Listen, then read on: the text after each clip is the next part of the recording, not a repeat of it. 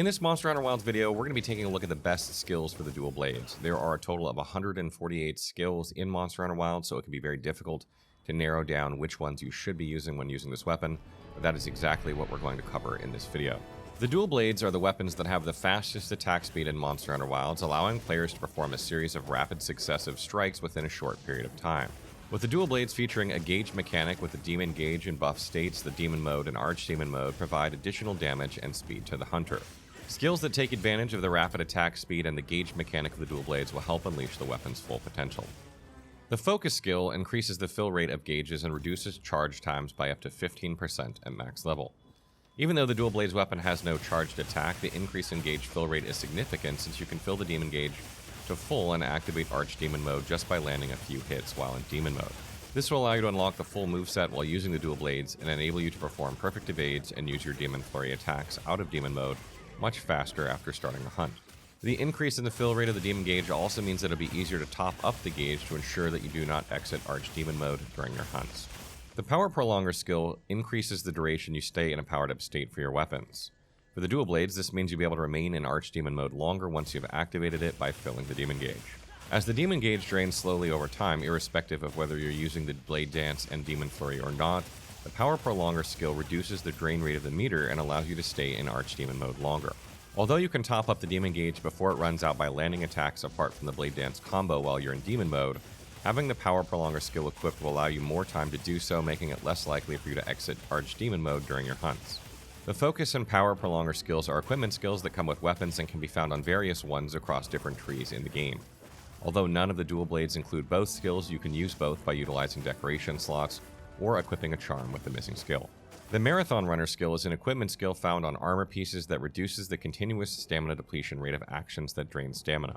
For the dual blades, this skill directly affects the stamina drain rate when you are using demon mode, as your stamina will drain continuously while it's active. Having the Marathon Runner skill lets you stay in demon mode for longer periods, allowing you to deal more damage to monsters. The Burst skill is an equipment skill that gives your attacks a temporary increase in attack value with an additional boost after the 5th strike. This works wonders with the dual blades, as you'll be hitting monsters at least 3 to 5 times when starting your combos, and the fast attack nature of the dual blades allows you to stack up huge amounts of damage over a short period. The Adrenaline Rush skill increases your attack power after you perform a perfect evade just before a monster's attack hits you. Since the dual blades feature a perfect dodge mechanic that grants you the demon boost buff, this skill further amplifies that buff by providing additional damage whenever you dodge with a perfect evade. The Marathon Runner, Burst, and Adrenaline Rush skills can be found on armor pieces when preparing your loadout, and although no armor set includes all 3 skills together, they are not particularly difficult to combine. Depending on the decorations you have and by complementing them with charms in the talisman slot, you can mix and match your armor pieces to create an optimal combination of these skills suited to your playstyle. The next set of skills are not quite as good as the ones just mentioned, but are still worth having, and you will likely have more places for skills than the ones we just suggested. The Stamina Surge and Constitution skills are equipment skills and armor pieces that help with stamina management. The Stamina Surge skill increases stamina regeneration by up to 50% at max level, and the Constitution skill reduces the stamina depletion cost of dodges. These skills can help when using the dual blades, as managing the stamina bar during demon mode is a core mechanic. However, Stamina Surge will not reduce the stamina depletion of any of your actions, and the Constitution skill affects only your dodges, not the demon mode stamina drain rate. This is why they are considered second-tier skills, since stamina drain will be the main factor affecting how often you need to exit demon mode. Although combining all the stamina-related skills can make stamina management much easier, it will reduce your overall damage output of your loadout by limiting your options for more offensive skills. The next skill, Protective Polish, prevents your weapon from losing sharpness for a set time after sharpening. This skill is good for dual blades because even at maximum sharpness, the dual blades can drop through the sharpness levels quickly due to the sheer number of attacks you perform. Having this skill in your loadout means you'll have a window where you don't have to worry about losing sharpness while hacking away with your combos. The next 2 skills, Handicraft and Razor Sharp, also help with the sharpness level of the dual blades.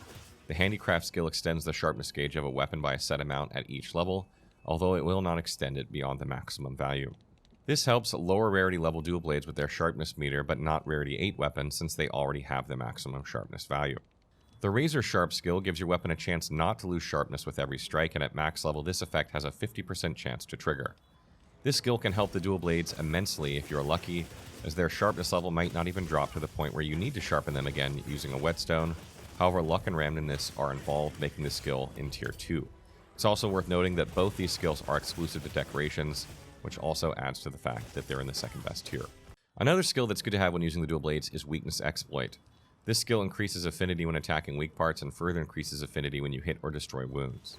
It's a good skill to have when building your loadout around critical hits and affinity, but by itself, it does not provide a lot of value to the dual blades, making it in the second tier.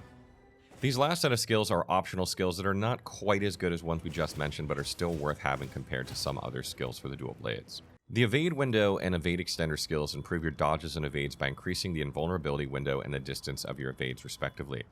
This can help the dual blades user if they're having trouble dodging larger attacks. Keep in mind, however, that although the Evade window skill increases the invulnerability window, it does not extend the timing window required to perform perfect dodges, so dual blades users with this skill in their loadout will still need to time their dodges properly. If you want to focus on damage alone, you can use the Critical Eye skill for the dual blades. This skill increases your affinity and thus your critical hit rate by up to 20% at max level. Master's Touch is another good skill for a critical hit-centric playstyle. Players who have Master's Touch in their loadout have an 80% chance for their critical hits not to consume sharpness, making it possible to maintain your sharpness throughout the hunt.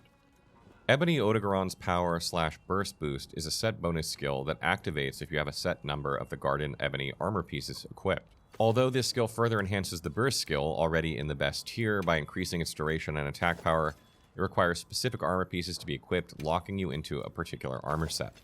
Otherwise, it would be higher on our list.